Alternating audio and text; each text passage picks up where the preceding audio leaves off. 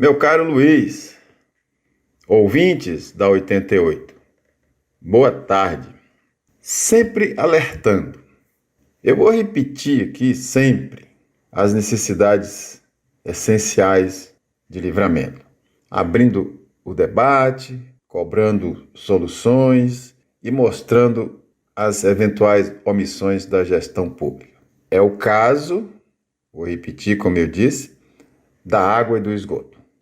No momento, o destaque continua sendo a falada, decantada adutora de água potável para o distrito de Iguatemi. Prometeram inaugurá-la, pelo menos foi o que disse um vereador na tribuna da Câmara, no próximo mês de junho. E eu tenho certeza que vão inaugurá-la de qualquer jeito, pensando nos votos da eleição deste ano. Mas, como eu sempre digo, se o sistema de tratamento não for ampliado ou não estiver sendo ampliado, vai faltar água. E vai ser uma loucura, porque a população consumidora vai aumentar aí mais de 50%.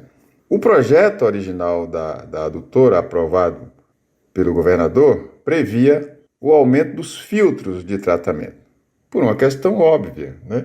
Pois os atuais não estão dando conta nem de atender a sede do município. Nós temos o exemplo da adutora de Itanagé, que tem um sistema próprio de tratamento lá na telha. É um sistema precário, né, eu considero, mas é próprio, não depende do sistema que abastece a cidade. Mesmo assim, existem queixas dos usuários, né? E isso só confirma o que temos repetido. Sem ampliar a atual estação de tratamento que fica lá no Passa Quatro, vai faltar água, né? Vai haver colapso, óbvio, né? Como se diz, é ululante isso, né? Nossa educação. Com a pandemia, as escolas públicas, de uma maneira geral, não funcionaram em 2020. E em 2021, houve aquele engodo, né, das tais aulas remotas, depois as semipresenciais. Por que digo que foi um engodo? Porque não foi uma enrolação, não houve ensino adequado, nem ficou muito longe de algo que pudesse ser chamado de ensino. Foram raríssimos os casos de efetivo esforço a favor do aluno. Nas escolas públicas municipais de Livramento, o descaso foi total. E se isso por si só já seria assombroso, houve mais, que foi o fato de, mesmo sem aulas, todos os alunos passaram de ano, em 2020 e 2021. Como assim passaram de ano? Sem ter aula? Houve o milagre dos relatórios falsos feitos por docentes sob pressão da Secretaria da Educação, como foi denunciado, embora até agora isso não tenha sido investigado. Mas isso ainda não foi o pior. O pior mesmo foi que os pais dos alunos, os responsáveis pelos alunos, não reclamaram. Pelo menos eu não vi nenhuma manifestação nesse sentido, dos filhos terem sido aprovados sem ter tido aulas, né? E nesse contexto desastroso, ainda há as crianças e jovens com necessidades específicas que não têm assistência nenhuma, como os surdos-mudos, os autistas e outros, né? Eles conseguem aprender, sim, eles têm capacidade de aprender, mas precisa de um ambiente adequado e de profissionais também adequados, profissionais preparados para isso, o que não existe em Livramento, porque nunca a gestão pública teve essa preocupação, apesar de ter havido até uma reclamação feita no Ministério Público em 2018. Na saúde, em 2017, e uma coisa tem alguma relação, né?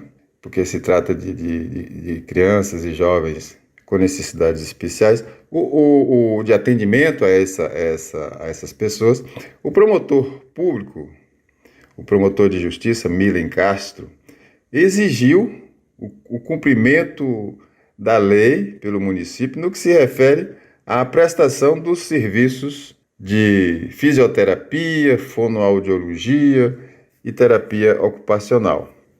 Mas foi inútil.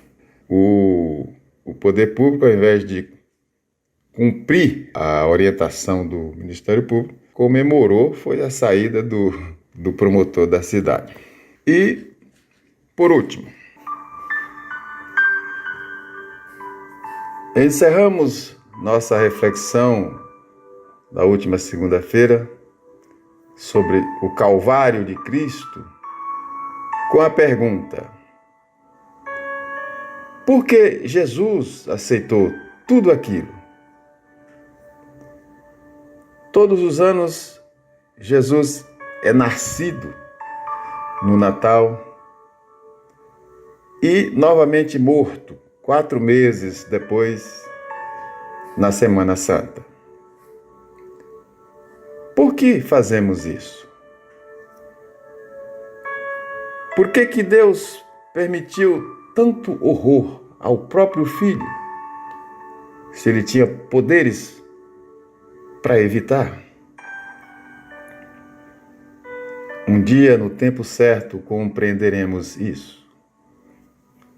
E então saberemos de fato quem é Jesus. Naquele tempo, o mundo havia se perdido e entrara em um caminho inverso ao plano do Criador. Hoje, a gente também costuma dizer que o mundo está perdido.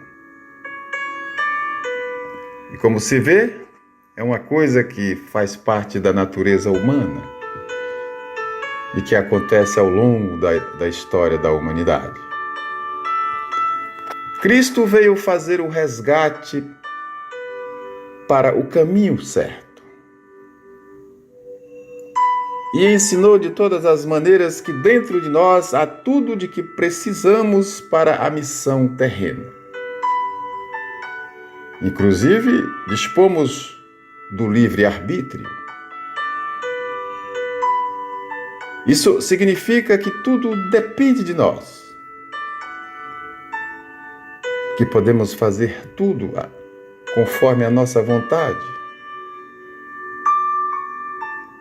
Mas temos que ter a consciência de que vamos colher o resultado do que fizermos, seja de bom ou de ruim.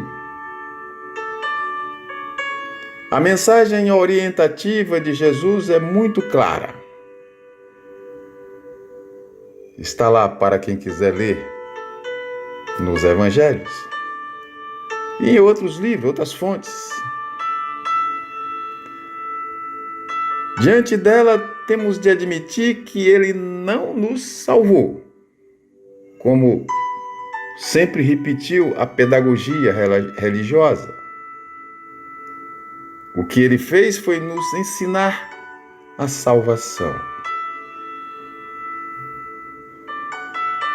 Ou seja, temos ainda de fazer nossa parte,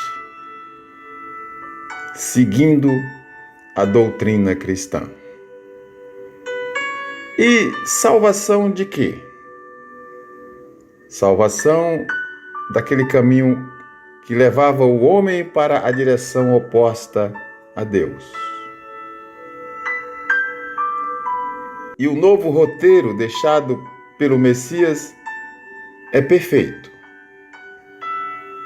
Reparem, por exemplo, nas suas parábolas, nos mandamentos, nos conselhos, nos milagres, nos sermões, conforme estão descritos nos Evangelhos. E o Calvário do Messias, sobre o qual muito se falou há poucos dias na Semana Santa, indicou o limite do esforço a ser feito por cada um de nós, no exemplo dado por Jesus, para que haja a efetiva iluminação, a efetiva salvação. E tudo tem que ser na fé, na confiança e na fidelidade a Deus, que é o protetor do nosso espírito. É nesse sentido que se pode interpretar que Jesus nos salvou. A gente não tinha um guia, a gente, que eu quero dizer, a humanidade, e ele surgiu para nos guiar. De outra forma, seria cômodo e injusto Portanto, a vida de cristão é dura, mas pode ser alegre. E deve ser alegre, pois é iluminada por Deus. Portanto, nunca esmoreça. E a meta é poder dizer no final, como Jesus disse: Pai, obrigado por me glorificar. Pensem nisso. É o que trouxemos para hoje. Tenham todos uma boa tarde. Uma boa tarde.